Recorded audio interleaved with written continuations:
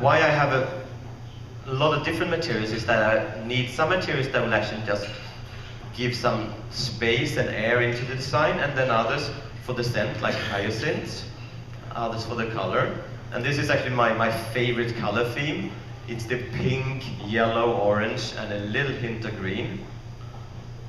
So pastels, but maybe not the most common colors. But this combination has become very popular in my country, and we have a lot of blondes, like my bride here as well. Because I try to get them away from white. I mean, the dress is white enough.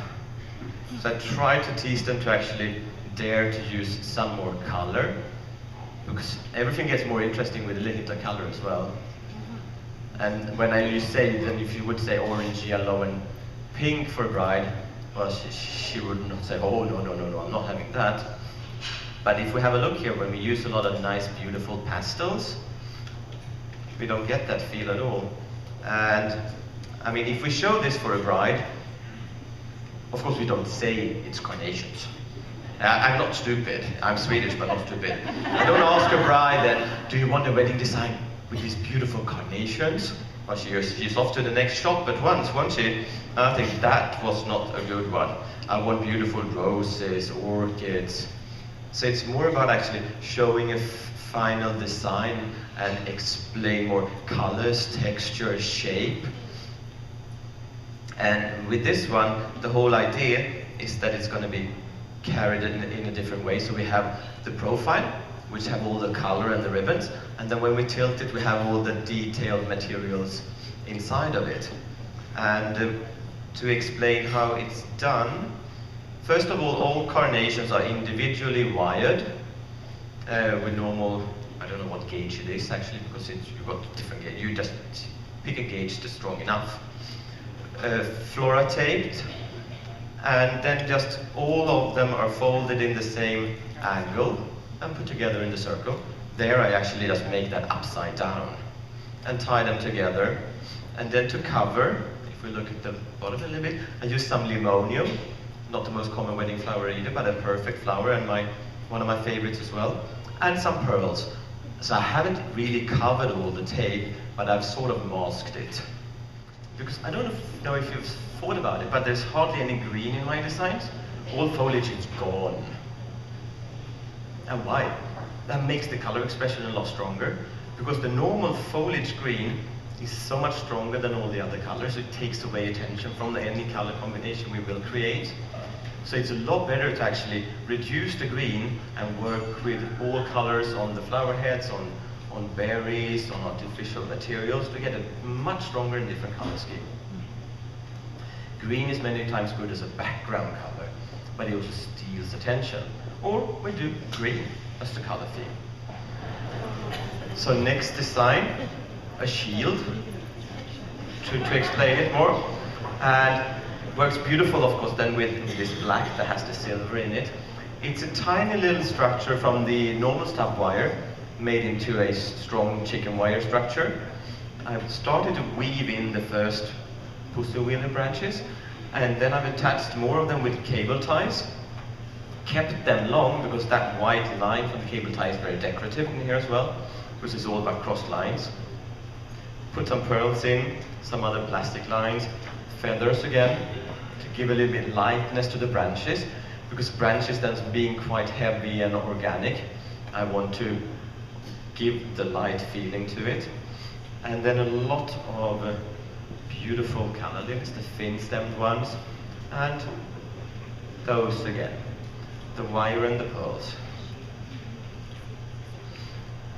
And this I thought I would do just to show that we can also have a very more botanical, organic feel with this structure. So we use a small part of the handmade chicken wire technique just to make a basis for it. The handle, as you saw, that's a grip that's also made from wire, and then I've just taken plain, nice, soft yarn around it, so it is comfortable to carry. And now I'm just gonna play with these calla lilies in a crossed pattern. So I'll just repeat the pattern I've started once in the structure with the pussy willow, with the branches.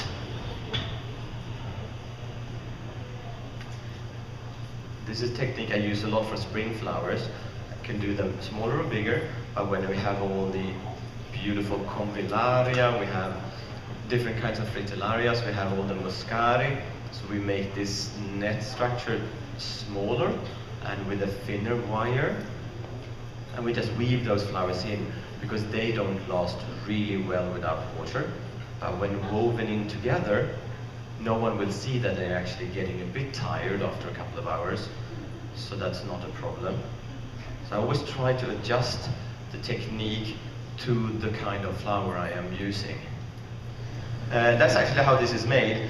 3 different sizes of round shapes. If it's a garbage bucket or a vase or anything, and you do a lot of that around, so it's bigger, smaller, and the smallest.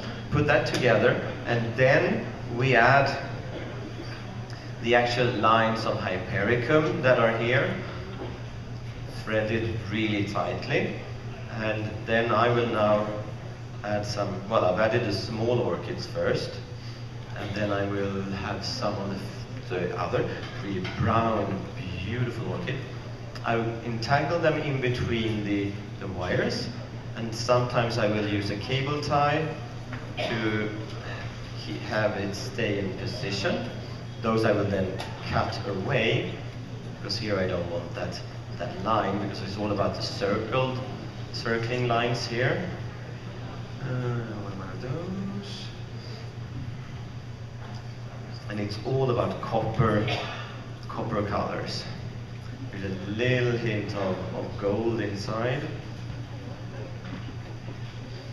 Sometimes I think, I do a lot of trailing, as you've seen, but a small detail like this actually started as a convallaria design. It's actually in one of the books from Life 3, the company I work with. I have a company in Holland together with Max van der Sluis and Thomas de Bruyne from Holland and Belgium. We met in that World Cup in 2002 and have been working together ever since.